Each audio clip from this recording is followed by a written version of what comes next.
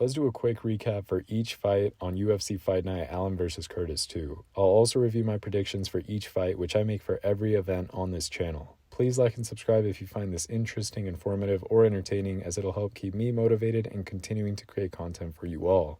Plus, you get all picks and analysis right here on this channel. Let's go ahead and jump right in. We ended the night 8 out of 12 fights at a 67% accuracy. For the previous 10 events, we're averaging 69%. All-time, we're averaging 67%.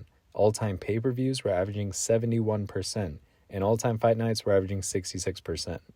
For the first fight, we had Nora Cornolle versus Melissa Mullins. Both missed their weight targets coming into this fight. This fight was intense action from the start. Nora engaged aggressively, managing to outmaneuver Mullins in striking exchanges. Mullins utilized clinches and ground control in an effort to not be outdone, though she struggled to secure a dominant position.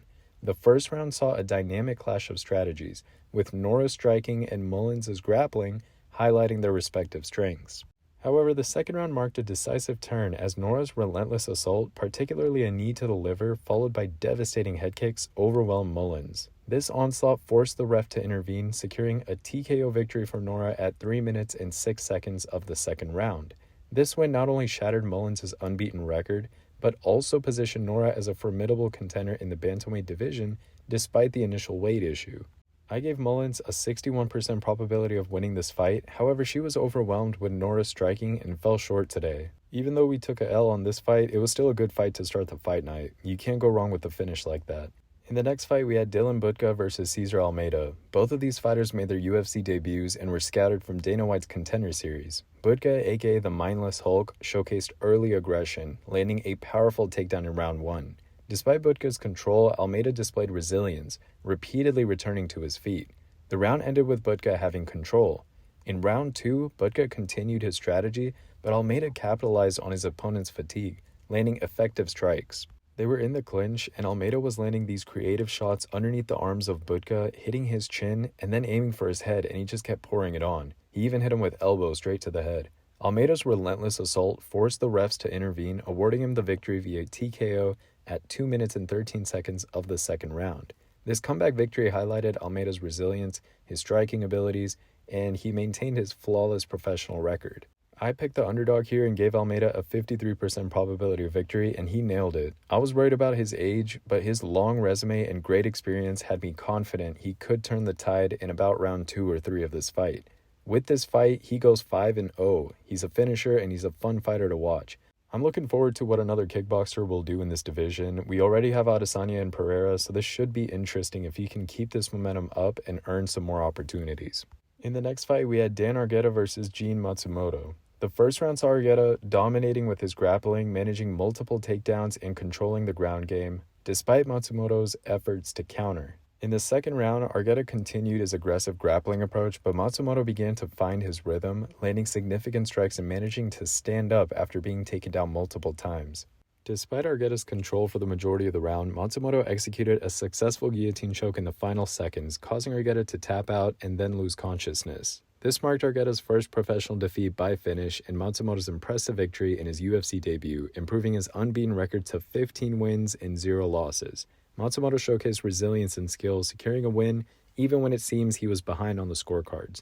I gave Matsumoto a 65% probability of victory, and he came through with that guillotine choke. In the next fight, we were supposed to have Alateng versus Victor Hugo, but Alateng fell out of this fight, and we had Pedro Falcao replace him last minute. In this fight, Falcao demonstrated his grappling skill, securing takedowns and controlling positions, particularly in the first round. Silva, who's known as Striker from Astro Fight Team, utilized his striking skills, mixing body kicks and accurate punches to counter Falcao's grappling attempts. Despite Falcao's early control, Silva adapted, defending against takedowns and landing significant strikes in the following rounds. The second and third rounds saw Silva increasing his striking accuracy and evading Falcao's takedown attempts.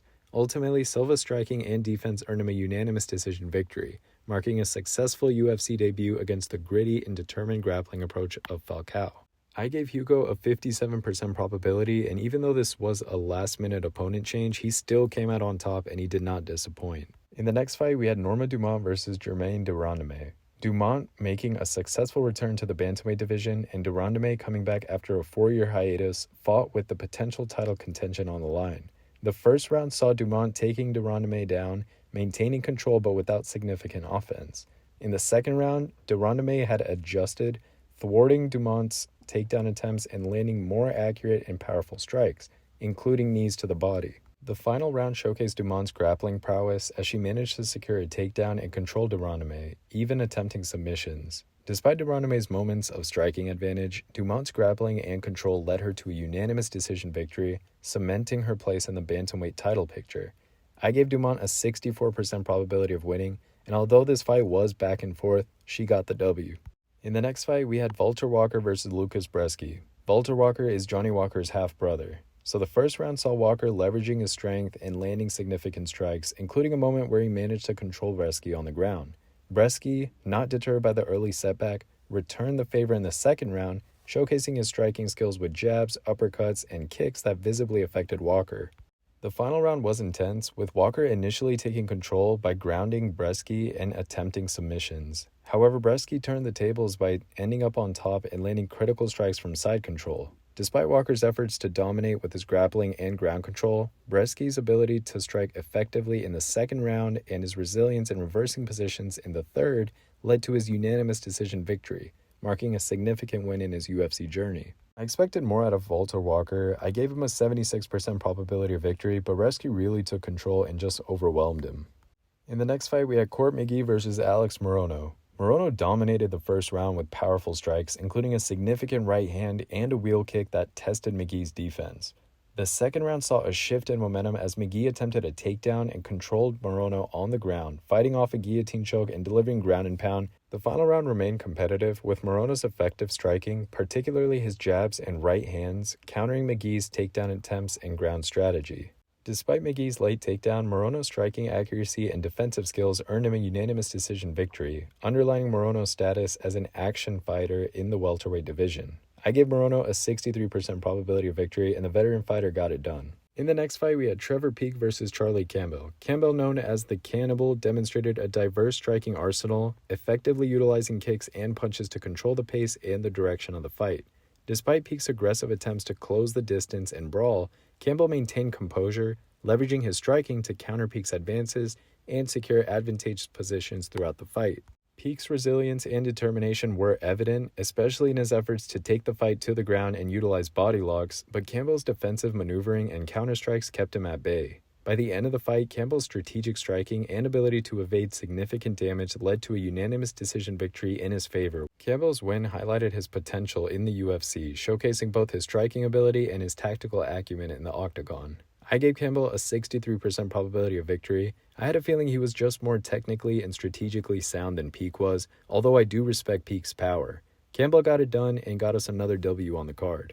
In the next fight, we had Ignacio Bahamondes versus Christos Giagos. The fight opened up with mutual respect shown through a fist bump, quickly transitioning into a dynamic striking exchange. Giagos attempted to close the distance with punch combinations and leg kicks, but Bahamondes utilized his reach advantage, countering effectively with jabs, uppercuts, and a series of punishing kicks.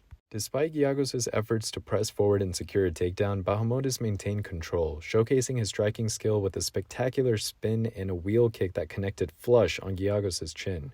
The defining moment came when Bahamondes landed a devastating rear leg head kick, sending Giagos to the canvas and securing a knockout victory at 3 minutes and 34 seconds of the first round.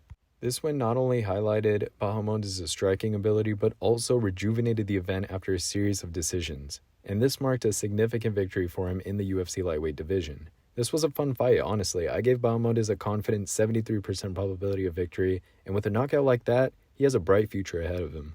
In the next fight, we had Morgan Charriere versus Chepe Mariscal. In a tightly contested featherweight fight, Mariscal clinched a split decision victory over Morgan Charriere, showcasing a blend of grappling and striking throughout the fight.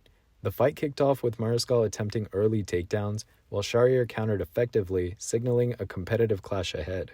Now, despite Charriere's impressive striking in the second round, including a significant liver shot and effective head kicks, Mariscal's resilience shone through.